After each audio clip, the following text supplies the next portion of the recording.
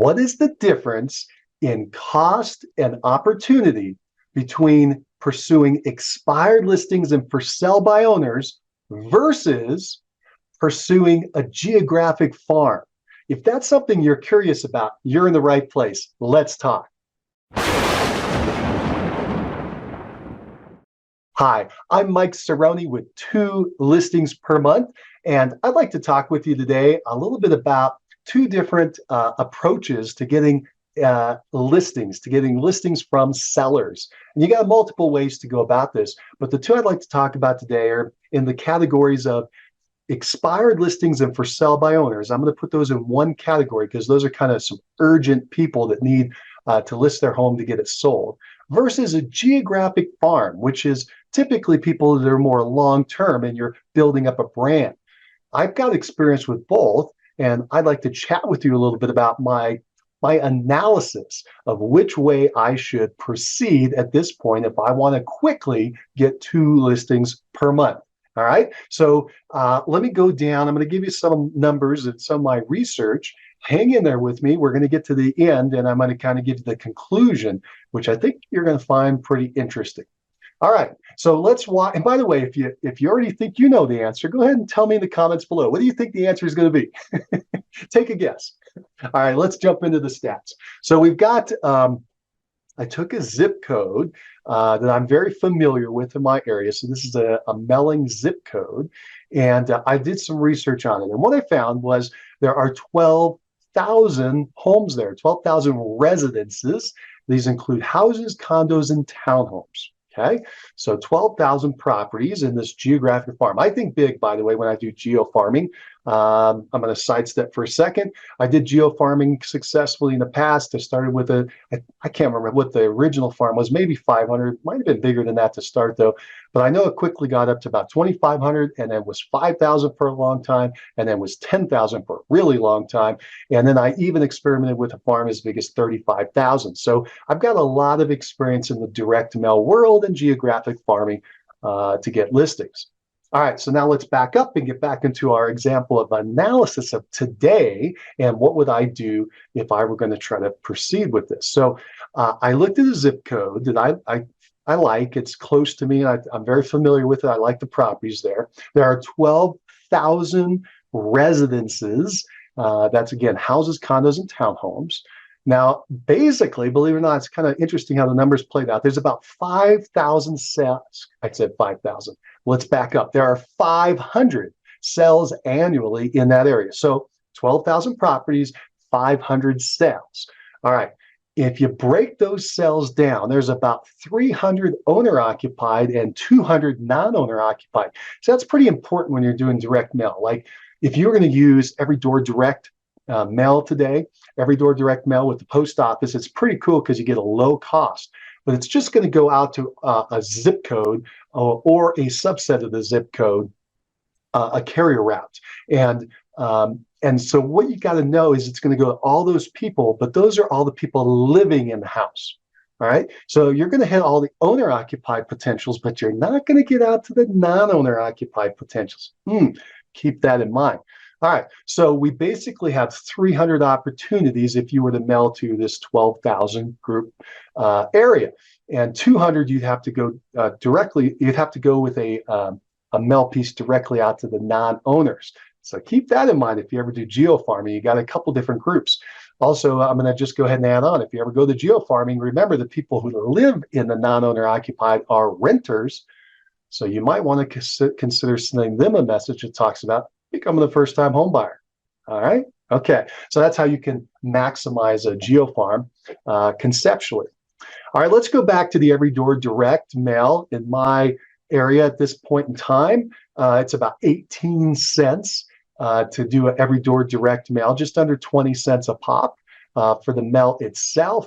And so if you add the handling and so forth, I kind of estimated, and this is all pretty rough, but to get out to those 12,000 people would be around $2,500 per month. Now, there are going to be a couple extra costs in there, by the way. This was just some quick back of the napkin math because you're going to have pay for someone to help you print those cards. And also, as I said, cards, it could be a newsletter, it could be a magazine, it could be a newspaper. I've done all those to get things out to people when you do geofarming.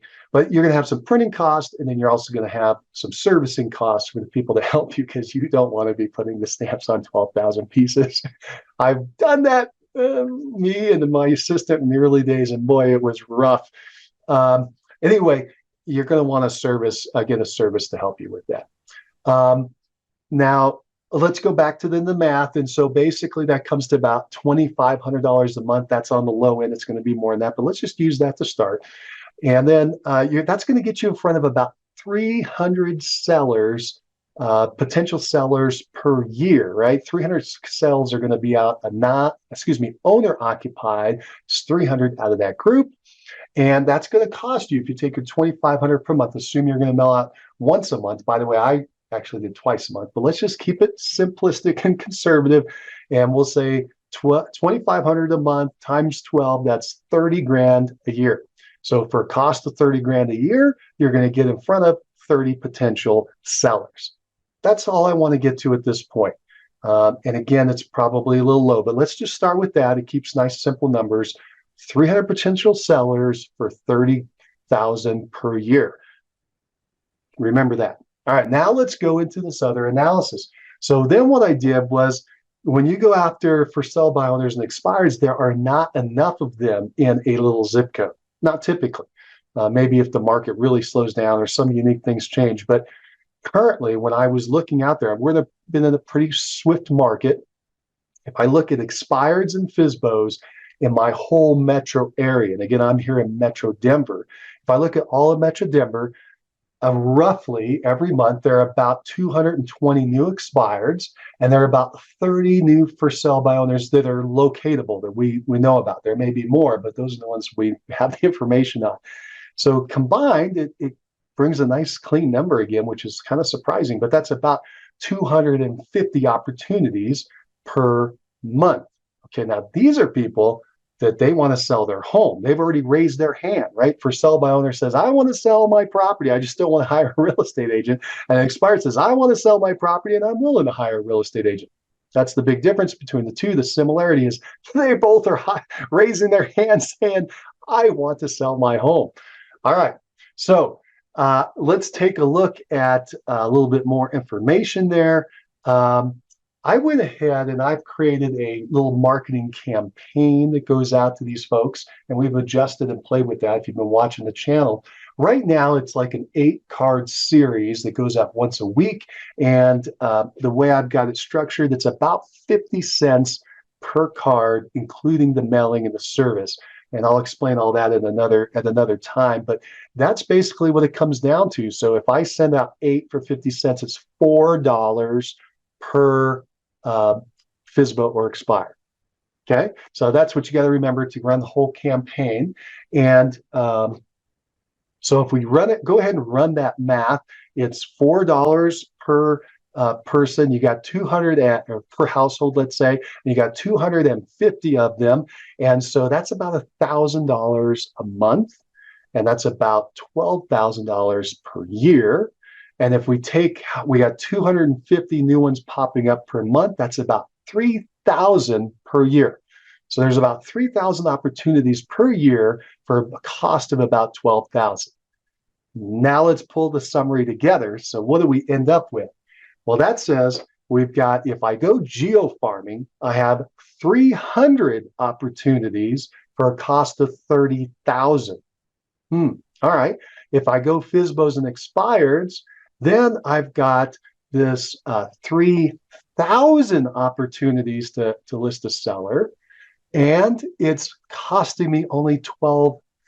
All right. So basically what that's telling you is this: you'll get 10 times as many opportunities for about less than half of the cost. It's like 2.5 times. So, but it's less than half the cost, about 40% of the cost. That would be the number, 40% of the cost. So 10 times as many opportunities for half the cost, or 40% of the cost of going out on a geofarming. And I love geofarming, but man, I looked at those stats and I'm like, whoa, I think the opportunity here is to go after for sale by owners and expireds. Now, for sale by owners and expireds is a much more competitive market. All the top people and people trying to get into it, they go after that. So you got to keep that in mind. You have to really be on your game if you go after it, versus geofarming, where you'll pick up people that you'll find sellers that nobody else knows about, which is nice.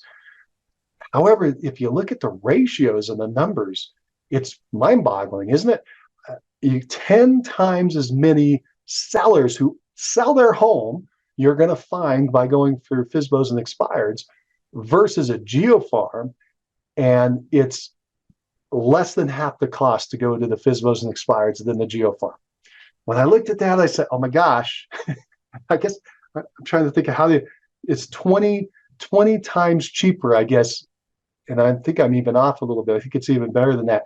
I think if I'm doing all that right, it's 20 times better to go after these, as far as a cost basis, to go after FSBOs and expireds than the geofarm. Wow.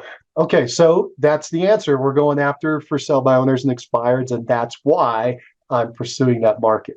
All right, I hope this has been helpful. I'd love to get your thoughts on this. If it has been helpful, give us a thumbs up. Go ahead and like the video. And if you have any comments about what we're talking about here, if you think my analysis is ridiculous, tell me that down below. If you think it's spot on, tell me that too. Have you done any research like this yourself? Tell me down below. Love to hear what your thoughts are. And anyway, if you haven't subscribed to the channel yet and you'd like to get this kind of information, go ahead and subscribe. If you have, welcome. This is fantastic. All right, I hope that you've enjoyed this video and it's been eye-opening for you. It was eye-opening when I did that research. You can do all this, by the way. Just jump into your MLS and you'll figure this out pretty quickly. Hope that that's been valuable, and I hope you have a fantastic day. Take care. Bye now.